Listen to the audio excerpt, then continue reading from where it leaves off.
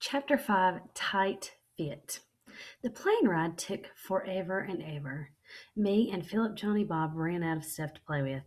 Then finally, we took a teensy little nap, and when we woke up, at last, we were at Hawaii. And wait till you hear this. As soon as we got off the plane, some Hawaii people gave us flower leis, and that is just plain friendly, I tell you. After Mother and Daddy got our suitcases, we rented a car and we drove to a pretty hotel. A man in a uniform opened the door for us. Aloha, he said real nice. Aloha, I said back. Aloha, said the man. Aloha is the Hawaiian word for hello and goodbye. I smiled. Hey, I like that word of aloha, I said. It sounds like it's laughing, sort of. Aloha, ha ha. After that, I skipped inside the hotel and my eyes popped right out of my head because woey, whoa, whoa. It was the most beautiful establishment I ever even saw. It had lots of colorful flowers and tall, skinny palm trees. Plus, outside, there were two different kinds of water. First, there was an ocean with a real, actual beach. Plus, also, there was a swimming pool with a real, actual diving board. And that is not even the end of the beauty. On account of when we went to our room, there were two giant beds the size of a queen. I threw out my arms real joyful. Hawaii, I said, you gotta love it. Then I twirled and twirled, and I crashed into one of the beds, and I fell on the softy carpet. It was very thick and plushy. I did a yawn. Then I curled up very comfortable, and I closed my eyes. Daddy came over and picked me up. Then Mother put me to bed, and I slept all the way till morning. The sun shined in my eyes. I stretched very sleepy, and I looked all around the beautiful room. Then, bingo, I remembered.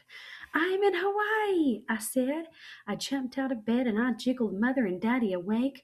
Aloha, ha ha, people, aloha, ha ha, I hollered. We're in Hawaii, we're in Hawaii. After that, I ran to the window and I looked at all the water. Let's go to the pool, let's go to the pool, I hollered again. Mother and Daddy sat up and yawned. Then they looked at each other and they flopped back on their pillows again. Old people on vacation are not that fun. I did a big breath at those two. Then I went to their bed and I jiggled them some more till they got up. Then finally they got dressed and we went to a restaurant for breakfast. And yippee, yippee, hooray. Right after we ate, it was time for the pool. Only here is the happiest part of all.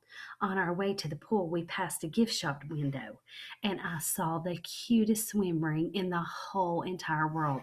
Mother, Daddy, look at that swim ring. It looks exactly like a parrot. See it, see it. Isn't it cute, huh? Isn't it? The gift shop lady heard me being gushy.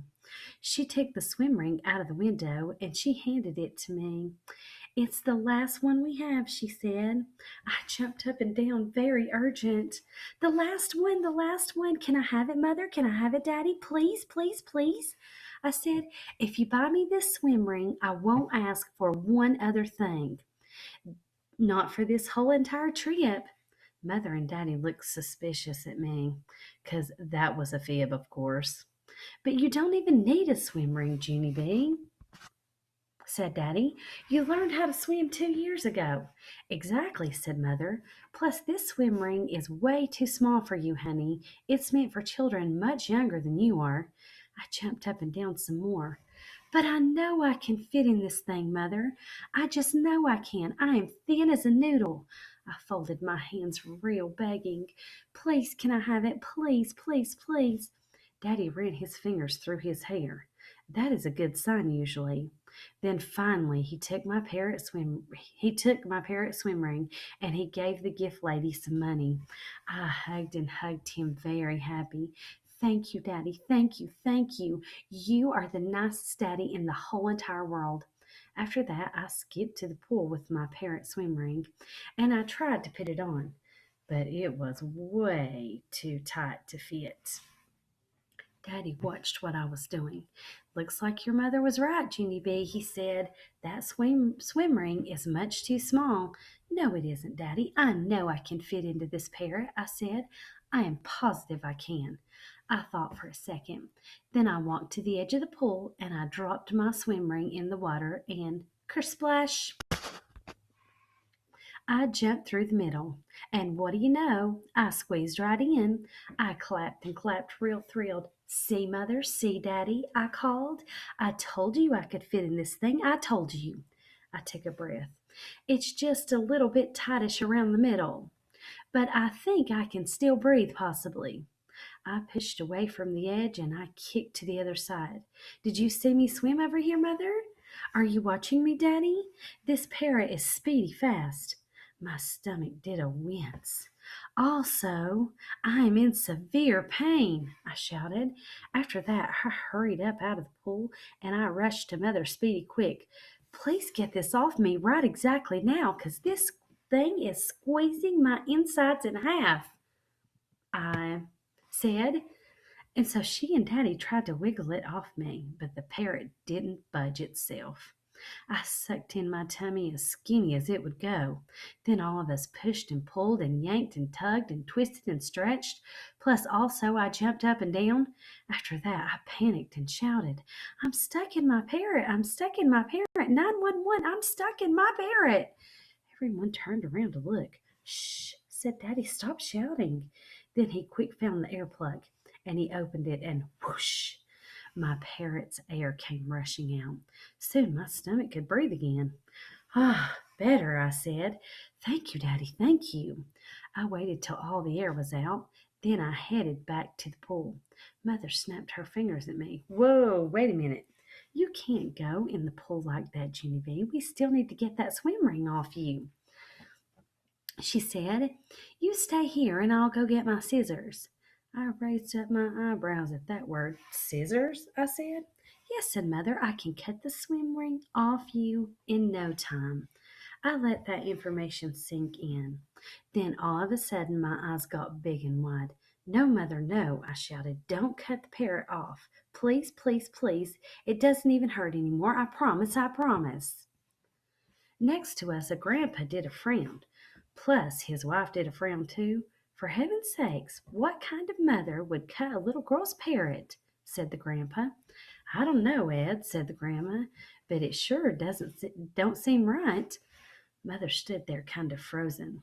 Then she and Daddy picked up our pool towels and we moved to different lounge chairs. After that, Mother sat down again and she said she wouldn't get the scissors. Yay, I said, yay, yay. Then I jumped in the water and I started to paddle. Look, Mother, look.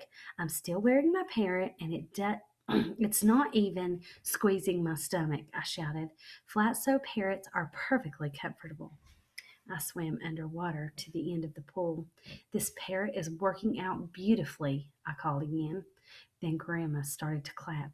Good for you. You showed her, didn't you? She yelled. Mother sat there a minute and then she got up and moved our towels again. I named my parrot Squeezer. Squeezer was a flat sew, but he was still fun to play with. We swam and swam the whole entire day. When it was time to leave, I gave my camera to Mother and I asked her to take our picture for my photojournal album. This will be a picture of my first new friend in Hawaii, I said. I held up Squeezer's flat sew head, and both of us said cheese. Only too bad for me, because just then two boys walked by and they pointed and laughed at Flat Sew Squeezer. Duh, you're supposed to blow it up, doofus girl, said one of them. The smile went off my face. Mother snapped the picture. Click, click. Day 2, Doofus Girl and Squeezer.